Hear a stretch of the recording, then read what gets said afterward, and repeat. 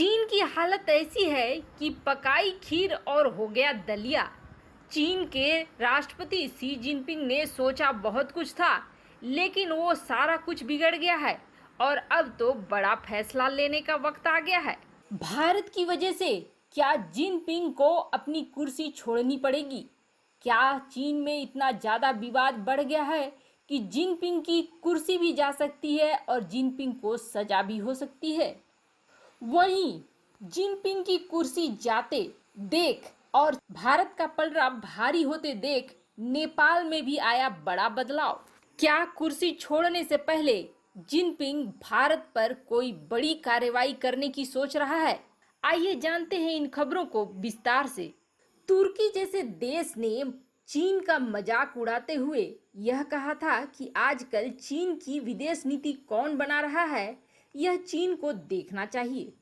हालांकि तुर्की ने इसलिए यह बात कही थी कि जिनपिंग ने अपनी तानाशाही को अपने देश तक ही सीमित नहीं रखा था, बल्कि अब पूरी दुनिया का वह तानाशाह बनना चाहता था। उसे ऐसा लगता था कि चीन में वह माओ से भी ज्यादा ताकतवर बन जाएगा, जिसके लिए उसने न सिर्फ कोरोना की बात छिपाई अपने देश में, बल्कि पूरी दुनिया से भी छिपाई और एक साथ कई फ्रंट खोल लिए। सबको धमकाने लगा, डराने लगा, चाहे वो छोटा सा ताइवान हो या सुपर पावर अमेरिका हो। अपनी शक्ति का बखान वह इतना ज़्यादा करने लगा कि मजबूर होकर दुनिया के कई बड़े देशों ने चीन के विरुद्ध मोर्चा खोल दिया और चीन के विरुद्ध गुट बना लिए। शी जिनपिंग दूर तक देख नहीं पाया और पूरी दुनिया ने सबसे पहले कमर कस के उसकी अर्थव्यवस्था को तोड़ना शुरू करा। चीन के अंदर भूखमरी के हालात हैं। जिनपिंग ने लोगों को कम खाने की सलाह भी दे दी है, क्लीन योर प्लेट जैसे अभियान चला रखे हैं और कोरोना की बात भी छिपाई है, जबकि कोरोना ने बहुत ज़्यादा तबाही मचाई है चीन के अंदर। ऐसा नहीं है कि चीन के लोग गुस्से में नहीं हैं। चीन के लोगों का गुस्सा और आक्रोश भांप कर ही जिनपिंग ने उनके दिमाग को युद्ध की तरफ झोंक दिया, जिसके लिए वह जानबूझकर लद्दाख में भारत से भिड़ा। लेकिन यहाँ पर भी उसकी चाल काम नहीं कर पाई। भारत ने आर्थिक प्रतिबंध तो लगा ही दिए और बड़े बड़े आर्थिक झटके दे दिए, और दूसरा सीमा पर भी एक बार नहीं दो दो बार सेनाओं को पटक दिया। पहली तो गलवान घाटी और उसके बाद फिर दोबारा 29 और 30 अगस्त को। चीन की जनता को इतना बहुत था भड़कने के लिए। जिनपिंग की नाकामी चीन की जनता को सरेआम दिख रही है और सिर्फ चीन की जनता को ही नहीं, व्यापारी वर्ग तो खासा नाराज है जिनपिंग की हरकतों से। उन्हें ऐसा लगता है कि चीन की छवि पूरी दुनिया में अगर किसी ने खराब कर दी है तो वह जिनपिंग है। साथ ही साथ लोगों को दाने दाने के लिए मोहताज अगर किसी ने कर दिया है तो वो जिनपिंग है, जिसकी वजह से जिनपिंग के ऊपर अब एक बड़ा दबाव पैदा हो गया है। और ऐसा कहा जा रहा है कि जिनपिंग के पास अब दो ही रास्ते हैं। एक बड़े अखबार ने यह खुलासा किया है। ब्रिटेन के अखबार expressco.uk ने यह रिपोर्ट जारी करा है कि चीन या तो इंडिया पर सीधे सीधे आक्रमण कर देगा और नहीं तो जिनपिंग अपनी कुर्सी छोड़ देगा, क्योंकि जिनपिंग के ऊपर पूरा दबाव बन रहा है, जिसकी वजह से जिनपिंग ने इस दबाव को कम करने के लिए पहले सेना से लेकर हर जगह अपने लोगों को बैठाना शुरू कर दिया है।